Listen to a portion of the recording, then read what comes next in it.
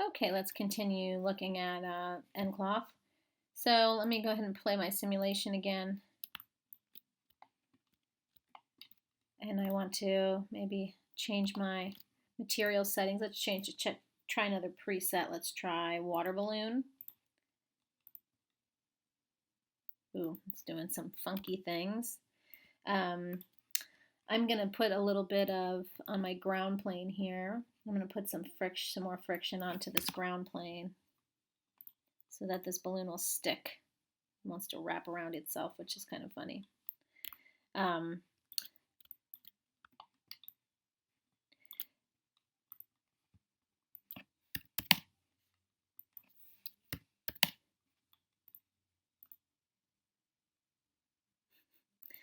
Still wants to wrap around itself.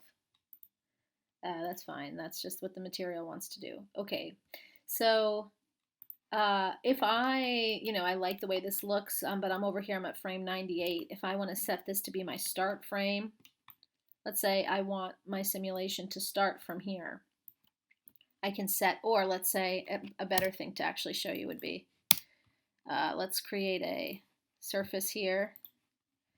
Yeah, let's do this. I'm going to go ahead and create a surface.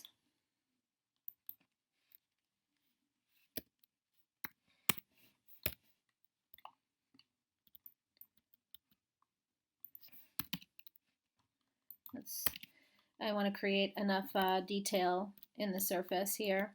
So I'm going to create my P cylinder, and then I'll create a plane.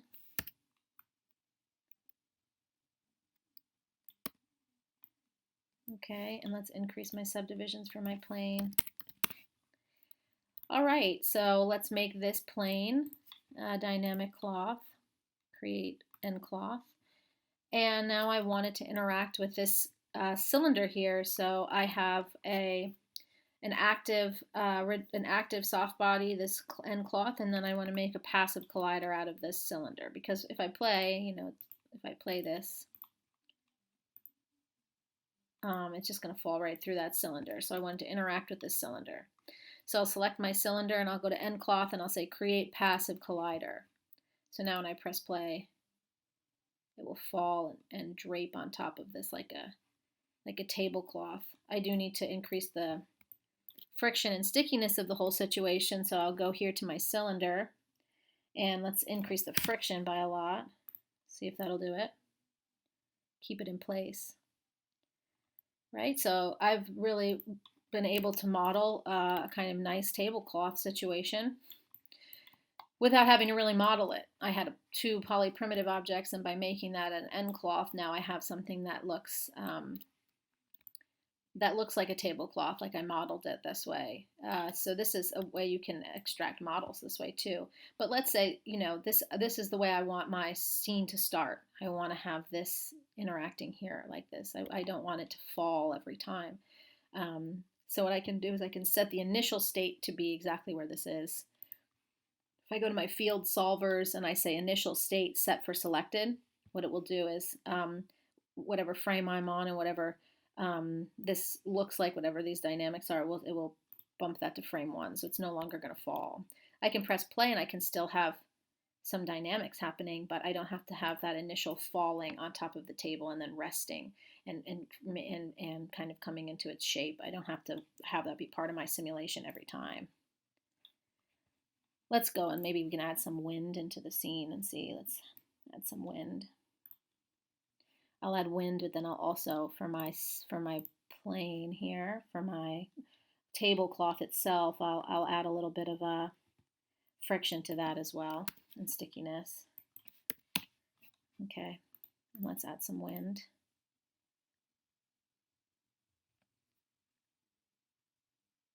So now this is like maybe an outdoor table.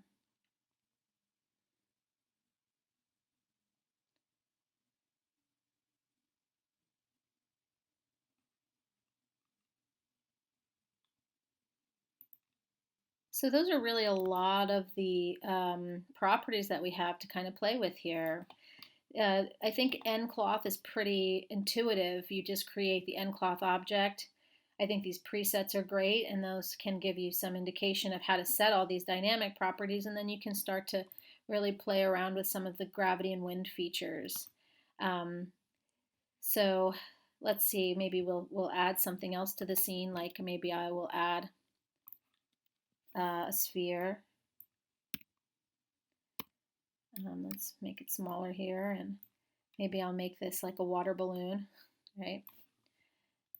I'll create a nCloth out of this, and by default, it's not going to create a new nucleus solver every time. It will just add whatever n objects were added to the scene. It will add it to this nucleus solver, so that the solver, you can add a different solver if you want by going to the options. But so all of these objects that we add, cloth, hair, particles, they could all be solved under that same, within that same simulation setting. So within the same wind settings, gravity settings, etc. Okay, so I have this second object I've created. I liked airbag. Let's do airbag again. Doesn't mean it's really an airbag. It just maybe is. Go back to our first scene. Oh, and the wind's gonna take it. Oh, look how sticky our, that's funny. See how sticky our cloth is? It's like sticking to this airbag. Maybe I want to turn down my stickiness here.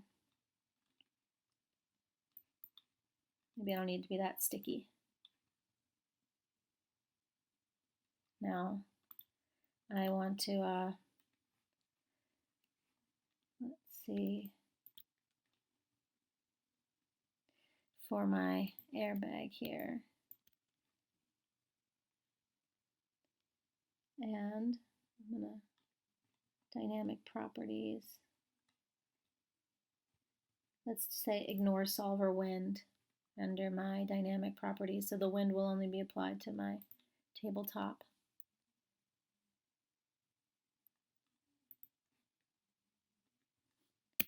And maybe I'll duplicate this object. And I think that might only duplicate the mesh. Yeah, so I'll have to do this again and say nCloth, create nCloth, and go to my presets here and say airbag again. And I'll do it again, duplicate it again. nCloth, create nCloth, presets, airbag, replace. Okay. Oh, I still need to turn off the solver. Ignore solver wind for these 2 second objects here. Ignore solver wind now.